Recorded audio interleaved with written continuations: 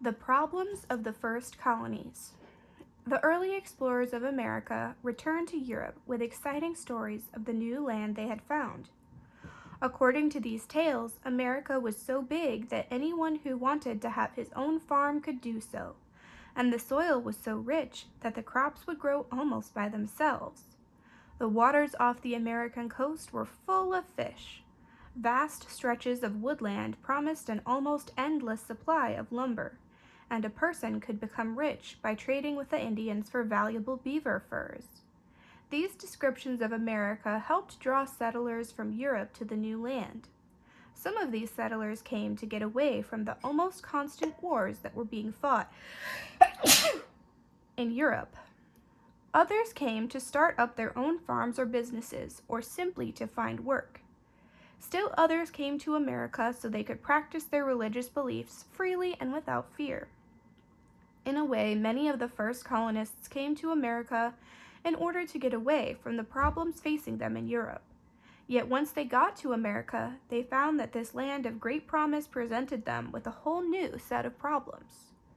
In England, the man most determined to colonize the new land was Sir Walter Raleigh, who was a favorite of Queen Elizabeth I. Raleigh organized an expedition in 1584 to explore the coast of North America. When the explorers returned to England, they told Raleigh they had found a rich and wonderful land that was perfect for settlement.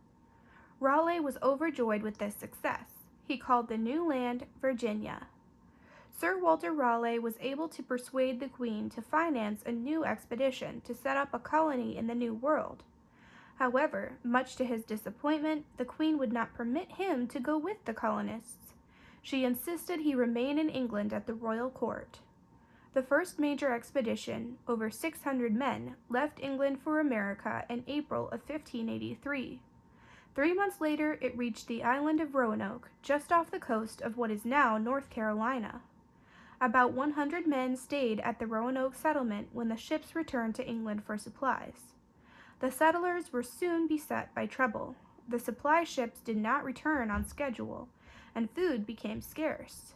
The Indians, who at first had been friendly, turned against the settlers and refused to help them or give them any food. The next summer, Sir Francis Drake, who had been given permission by the Queen of England to attack Spanish ships and colonies in the New World, stopped by the island. The discouraged settlers decided to abandon the colony and ship back to England with him. Sir Walter Raleigh was disappointed that the colony had been abandoned, but he was determined to establish a permanent colony at Roanoke.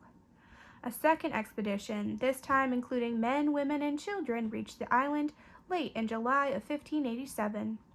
The next month, on August 18th, a baby girl was born to Eleanor White Dare, the daughter of the colony's leader. She was the first English child born in America. She was given the name Virginia Dare.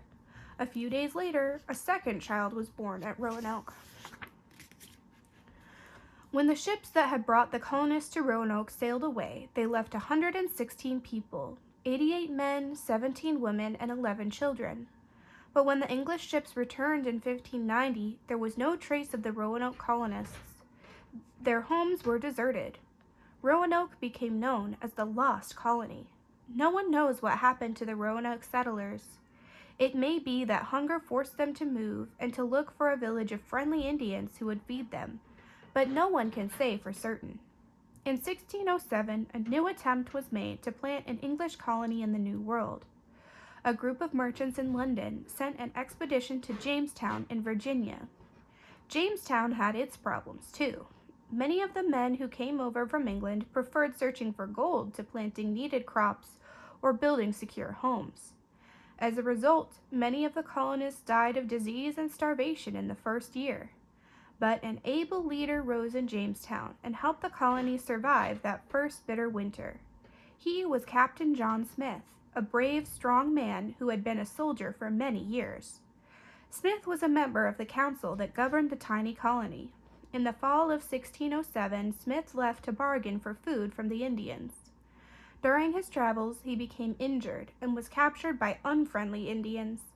The Indian chief Powhatan ordered Smith to be put to death, but according to Smith's own account, he was rescued at the last moment by Powhatan's daughter, the Indian princess Pocahontas. Pocahontas had nursed the injured Smith back to health. Now she was able to talk her father into letting Smith live. Powhatan and his tribe then became good and true friends of the Jamestown colonists. Smith returned to Jamestown just as supplies arrived from England. He was elected leader of the colony in the fall of 1608. Smith governed wisely but with a firm hand. The colony survived, and Smith returned to England in 1609. After a time, Pocahontas became a Christian and took the name Rebecca. In 1614, she married the English settler John Rolfe. They sailed to London in 1616.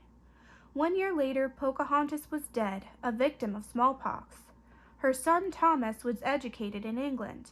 He returned to America and became an important person in Virginia. Many of his descendants live there today. Roanoke was not a successful colony, but it set the stage for Jamestown, the first permanent English settlement in America.